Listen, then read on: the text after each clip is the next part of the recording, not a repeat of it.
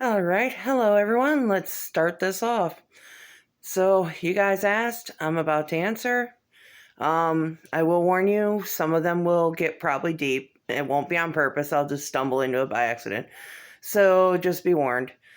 So, let's start off with an easy one by my friend. Gotta double check. Simmer Creator. Now, her I know from Instagram. She is an old friend. She helped me back at the beginning. She's been here since I started. You should really check her out. She does incredible comics. She has a YouTube channel with Create a Sim, which are just some beautiful characters. She creates her own poses and has a Patreon, and she's just a really good girl. And I'm glad she's been here since the beginning.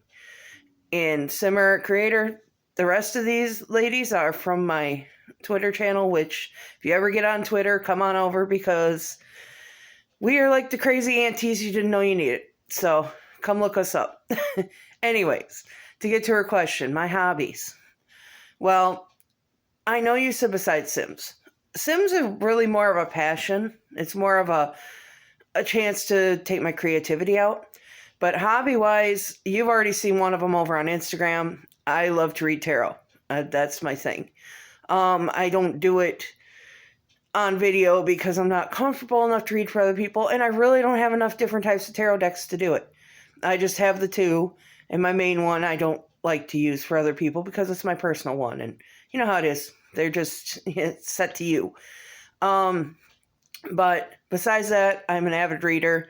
I like to go out exploring. I like to take my kids on different vacations. We went, well, keep in mind we're in Michigan, so we went all the way out to South Dakota a couple years ago and got to see all the states along the way and, the Badlands and check out all of the stuff in South Dakota, which I absolutely am in love with.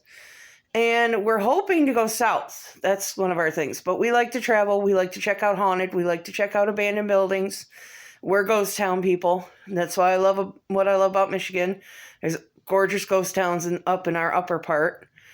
And that's kind of what I like to do for my hobbies. Now, as for my heroes, Gia, they're about the same as yours. My parents are my heroes. My dad recently passed, but up until then, they were high school sweethearts. They started a farm together. My mom always helped my dad in everything. They were together for, God, over 50 years. And I always wanted something like that. I always said if I couldn't find a guy like my dad, I'm not bothering.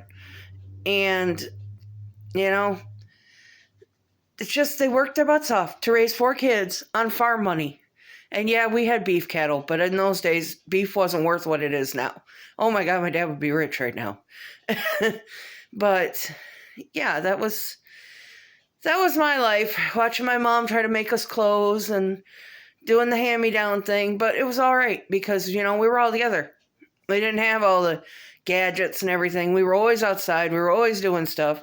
My little sister and I became so close, we eventually ended up moving in together and stayed together for a long time. And then,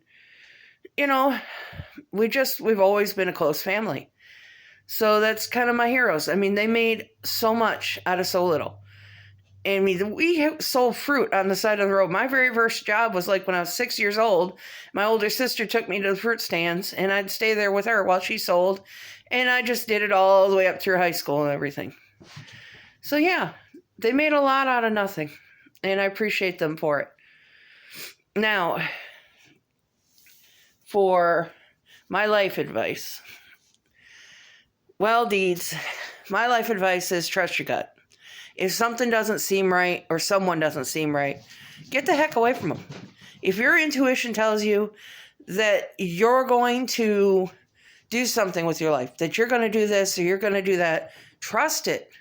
If you're meant for better things and you know it in your gut, then you go for it. Don't let anyone tell you you're not good enough, that you're not going to do it. Because forget them. They're not going to be in your life long enough to even know if you did it. I had people tell me that my whole life. Just because of my size, that I wasn't going to go anywhere. I wasn't going to fall in love. I wasn't going to have kids. Well, I got 2, so, something happened there. I mean, just tell me that just wasn't good enough. But you know what? I've had so many management jobs, And I've been in and out of the workforce, God, for 40 years. So if you count those fruit stands. So yeah, trust your gut and do what you want. And this is the most I've ever been out of work right now. And I don't mind it because I get to do what I want to do artistically. And I know I can do something with that. And I don't need outside opinions to know that I can do this. And you can do it if you trust yourself enough. Now, as for the last question, this one may have a little bit of a trigger warning because I thought about this. And the hardest time in my life. Now, I can do the whole raising my kids alone, which my sister helped a lot. But I did. I worked 40-hour weeks and I barely saw them grow up. And I did all this for what? For money that I don't have now? So I don't know what the point was. But it got my kids a good life, and it got us our vacations. We got out and about. And I could say that's my hardest time. I could say going through a breakup with a narcissist that would come and go in my life nonstop. Gave me 2 kids, but didn't bother to raise them. I mean, yeah, that's another hard point. But the hardest point in my life just happened recently. I always knew he treated me like crap because he was extremely mentally abusive to me. And I didn't see it because like I said, those people in my past made me feel like shit that I thought, oh, hey, this good looking guy likes me. I should just take his crap because he's helped me raise these kids. These are his kids. And I should take his crap to keep him in my life with these kids. But that wasn't who I was. When I was an extremely independent woman when he met me. And he knew he had to break that down. And he did. He lost me friends. He lost me a lot of stuff. Money, cars, because he was very good at wrecking them, borrowing without asking, and then cleaning out bank accounts without my knowing. But anyways, that's not the point. The point of it is, I always knew something was a little off with him. So I got away from him finally. I got a good job. I made new friends. I became stronger, and I stopped taking his crap. Well, he disappeared for a while. He moved away for 5 years. And when he came back at the end of them 5 years, he seemed like a different guy. So I'm like, okay, maybe we'll start talking again and he can get back into kids' lives because they're teenagers now and maybe they want to know. Well, my son wasn't having it, which I don't blame him. He was there for all of it. He watched it come and go. So he wasn't having it. He didn't want anything to do with his dad, or sperm donor as we call him. So they clashed. My son was about 15 and huge. I mean, my son is a bear. He's like 6 foot something and like 400 pounds, and you ain't screwing with my son. And it didn't take their dad long to realize that, and he just kind of stayed away from him. And he got a little close to my 13-year-old daughter. And I thought, well, okay, she didn't really know him. He wasn't really in her life as much. So maybe they'll get to know each other. And they went on walks, and they were doing stuff together. And I thought, okay, good. Well, it has recently come to light why I was so uncomfortable. He is a groomer and not a dog one. And I didn't know it at the time, but I felt it. And the way he acted around my daughter, it did not take me long to get him back out of my house.